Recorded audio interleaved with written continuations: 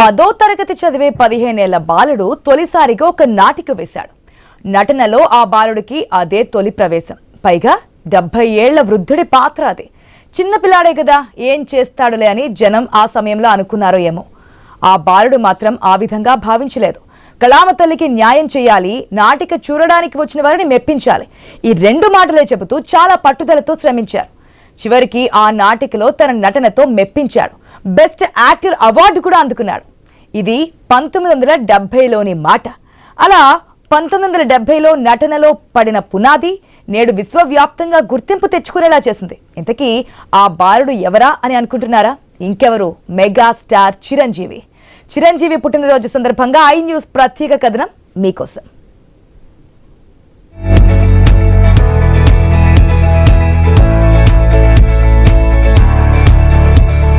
Megastar Chiranjeevi గురించి internet లో వెతికితే చాలా విషయాలు తెలుస్తాయి.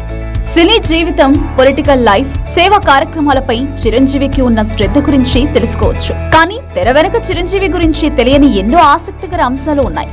వాటిని విన్నా, తెలుసుకున్నా అభిమానులకే కాదు, సామాన్యులకు కూడా ఒక పాజిటివ్ ఎనర్జీ వస్తుంది. 1955 ఆగస్టు 22న పశ్చిమ గోదావరి జిల్లా మొగల్తూరులో జన్మించిన చిరంజీవి స్వీట్ 70s లోకి అడుగుపెట్టారు. ఇక్కడ స్వీట్ 70 అనడానికి కారణాలు లేకపోలేదు. ప్రస్తుత జనరేషన్ లో అనేక తెలివితేటలు ఉన్నప్పటికీ 40 ఏళ్లకే ముసలి రూపొచ్చేస్తోంది.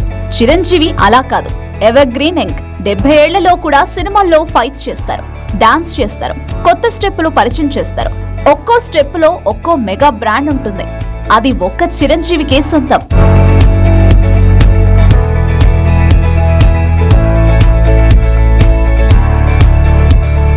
తెలుగు చిత్రసీమలో చిరంజీవి ఎంట్రీకి ముందు, తర్వాత అని ఒక స్పష్టమైన గీత కనిపిస్తుంది. తెలుగునాట హేమ, హేమి లాంటి నటీనటులు ఉన్నప్పటికీ మెగాస్టార్ తనకంటూ ప్రత్యేక ఇమేజ్ క్రియేట్ చేసుకోవడం వల్లే తెలుగు సిల్వర్ స్క్రీన్ లో ఆ మార్పు ప్రత్యేకంగా కనిపిస్తుంది. ఈ రోజు చిరంజీవి ప్రపంచ వ్యాప్తంగా గుర్తింపు తెచ్చుకోవడానికి ఆయనలోని పట్టుదలే కారణం. ఈ పట్టుదల ఎవరినో చూసి నేర్చుకున్నది కాదు, స్వయం కృషి. అది చిన్నతనం నుంచి ఉన్న లక్షణం. ఇంతకు ముందు చెప్పుకున్నట్టు కొణిదెల శివశంకర వరప్రసాద్ కు నటనలో పునాది పడింది 1970లోనే.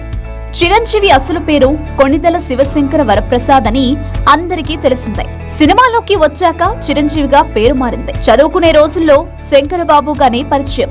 1970లో పశ్చిమ గోదావరి జిల్లా మొగల్తూరులోని శ్రీ పెన్మత్స రంగరాజు జిల్లా పరిషత్ ఉన్నత పాఠశాలలో శంకరబాబు 10వ తరగతి చదువుతున్న సమయంలో పరధ్యానం పరంధామయ్య నాటిక వేశారు. 15 ఏళ్ల వయసులో చిరంజీవికి అదే తొలి నాటిక.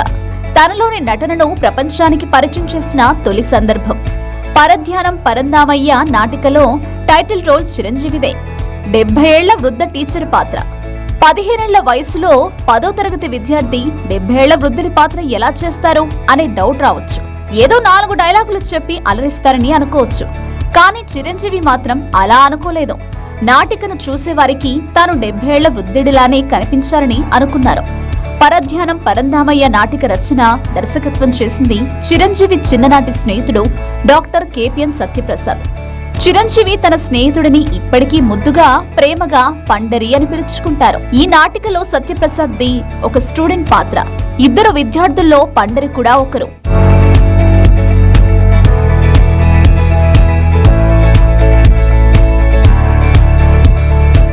నాటిక వేయాలని అనుకున్నప్పటి నుంచి ఆ పాత్రను పండించడానికి చాలా శ్రమించారు చిరంజీవి. అదే పనిగా డైలాగులు వల్లవేసేవారు. 70 ఏళ్ల వృద్ధ టీచర్ ఏ విధంగా మాట్లాడతారో అదే మాడ్యులేషన్ లో డైలాగులు ఉండాలన్నది చిరంజీవి ఆలోచన. చిరంజీవి పట్టుదలను చూశాక మిత్రుడు సత్యప్రసాద్ ఒక ప్రశ్న వేశారు. చదువు కంటే నాటికలోని పాత్రకు ఎక్కువ సమయం కేటాయిస్తున్నావు అనే ఆ ప్రశ్నకు చిరంజీవి జవాబు విన్నాక ఆశ్చర్యపోయారు సత్యప్రసాద్. నాటికను చూసేందుకు వచ్చిన వారిని మెప్పించాలి, కళామ తల్లికి న్యాయం చేయాలి అని బదులిచ్చారు చిరంజీవి. ఇదే కాదు, వృద్ధుడిలా కనిపించేందుకు అద్దం ముందు నిలుచుని కొబ్బరి ఈనులు చివరి కొనును ఐటెక్స్ కాటుకలో ముంచి వృద్ధులకు ముఖంపై మడతలు వచ్చేలా గీతలు గీసుకునేవారు. ఈ విధంగా చిరుప్రాయంలోనే నిరంతరం ప్రాక్టీస్ చేశారు. వృద్ధుడి పాత్రలో నవ్వితే ఎలా ఉండాలి, కోప్పడినప్పుడు ఎలా కనిపించాలి, బాధపడినప్పుడు ఏ విధంగా ముఖ కవళికలు ఉండాలి అనే ఫీలింగ్ కోసం గీతలు పెట్టుకోవడం చిన్నతనంలో చిరంజీవికి అబ్బింది. తనకు తానే మేకప్ వేసుకోవడం చిరంజీవిలో నటన పట్ల దాగి ఉన్న అభిరుచికి తార్కాణంగా చెప్పుకోవచ్చు. చివరకు 15 ఏళ్ల వయసులో 70 ఏళ్ల వృద్ధ టీచర్ పరంధామయ్య పాత్రలో ఒదిగిపోయి బెస్ట్ యాక్టర్ అవార్డు అందుకున్నారు చిరంజీవి. అదే చిరంజీవికి మొదటి నటన, అదే మొదటి అవార్డు కూడా.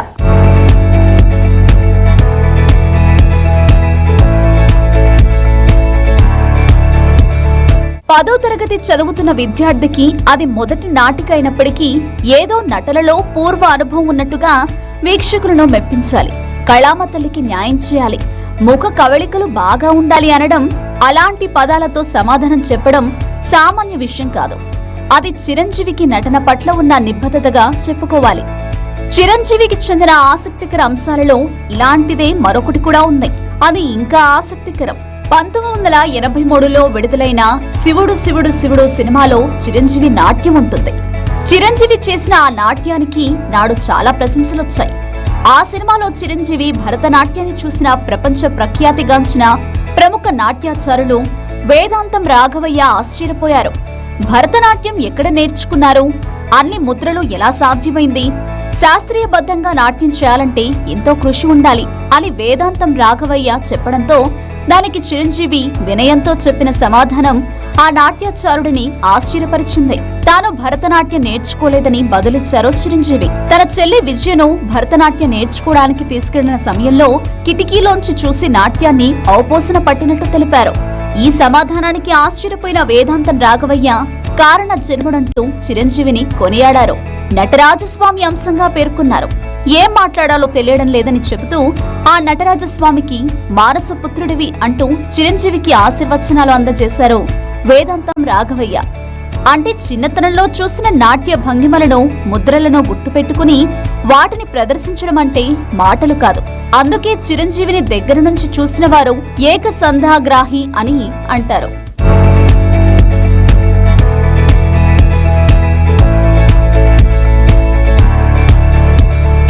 ఇలా చెప్పుకుంటూ వెళితే చిరంజీవి నిజ జీవితం, నటనా జీవనం, సేవారంగంలో ఎన్నెన్నో ఆసక్తికర అంశాలు మనకు కనిపిస్తాయి.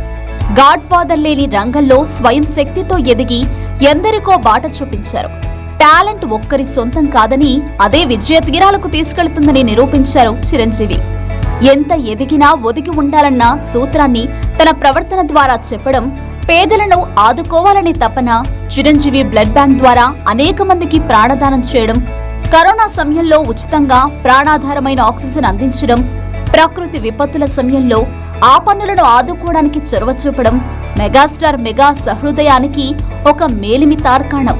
అందుకే పద్మ విభూషణుడు అయ్యాడు అన్నయ్య. ఈ పద్మం మరింత వికసించాలని, ఎందరికో ప్రేరణగా నిలవాలని ఆశిస్తూ చిరంజీవికి పుట్టినరోజు శుభాకాంక్షలు చెబుతోంది ఐ న్యూస్.